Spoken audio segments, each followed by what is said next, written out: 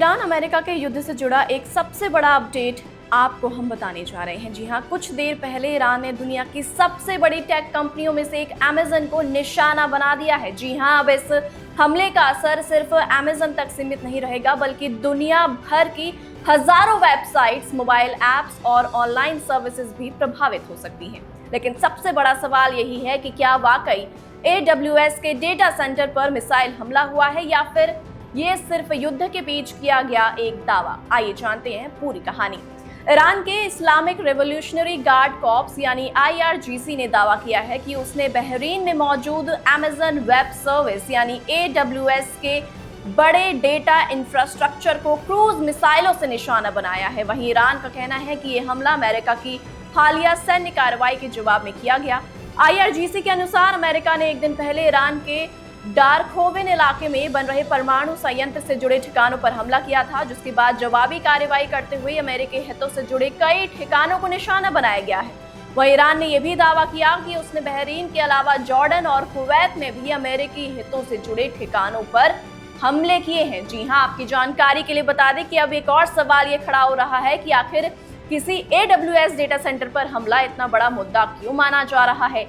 दरअसल Amazon web service दुनिया की सबसे बड़ी क्लाउड सर्विस कंपनियों में से एक है। दुनिया भर की लाखों websites, mobile apps, banking platform, e-commerce कंपनियां और बड़ी बड़ी टेक कंपनियां अपने सर्वर और डिजिटल सेवाओं के लिए AWS पर डिपेंड हैं। अगर किसी बड़े डेटा सेंटर को गंभीर नुकसान पहुंचाया जाता है तो कई ऑनलाइन सेवाओं में रुकावट आ सकती है और हजारों बिजनेस प्रभावित हो सकते हैं। हालांकि फिलहाल ऐसी किसी बड़ी सर्विस बाधा या आउटेज की आधिकारिक पुष्टि अभी तक नहीं हुई है। वैसे बहरीन AWS के लिए मिडल ईस्ट का एक महत्वपूर्ण हब है। इस रीजन से कई देशों की क्लाउड सेवाएं संचालित होती हैं। यही वजह है कि IRGC के इस दावे ने पूरी दुनिया के टेक सेक्टर और साइबर इंफ्रास्ट्रक्चर पर चर्चाएं तेज कर दी हैं। वैसे आपकी जानकारी के लिए बता दें कि सिर्फ सैन्य ठिकाने ही नहीं बल्कि डिजिटल इंफ्रास्ट्रक्चर भी संभावित निशाने पर आ गया है, क्योंकि ऐसे हमलों से जुड़े बड़े पैमाने पर सर्विस डिस्ट्रक्शन हो सकता है। लेकिन यहाँ सबसे जरूरी बात जानना बेहद इंपॉर्टेंट हो जाता है कि अभी तक IRGC के इस दावे को किसी भी स्वतंत्र एजेंसी ने पुष्टि नहीं की है।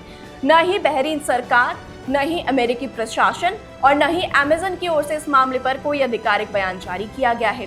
लेकिन इन सभी के अलावा AWS की सेवाओं में किसी बड़े व्यवधान या डेटा सेंटर को हुए नुकसान की भी आधिकारिक पुष्टि नहीं हुई है। इसलिए फिलहाल इस खबर को केवल IRGC के दावे के रूप में ही देखा जाना चाहिए, न कि पुष्टि हो चुकी घटना के रूप में।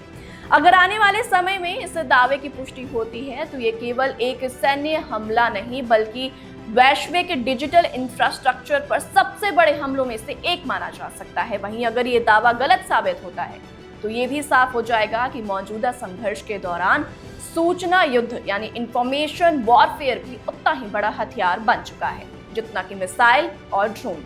अब पूरी दुनिया की नजर अमेज़न, बहरीन और अमेरिकी आधिकारिक रिएक्शन पर टिकी हुई है। आपको क्या लगता है कि क्या ये हमला वास्तव में हुआ है या फिर ये सिर्फ युद्ध के बीच किया गया एक दावा? अपनी राय हमें कमेंट बॉक्स में जरूर बताइएगा।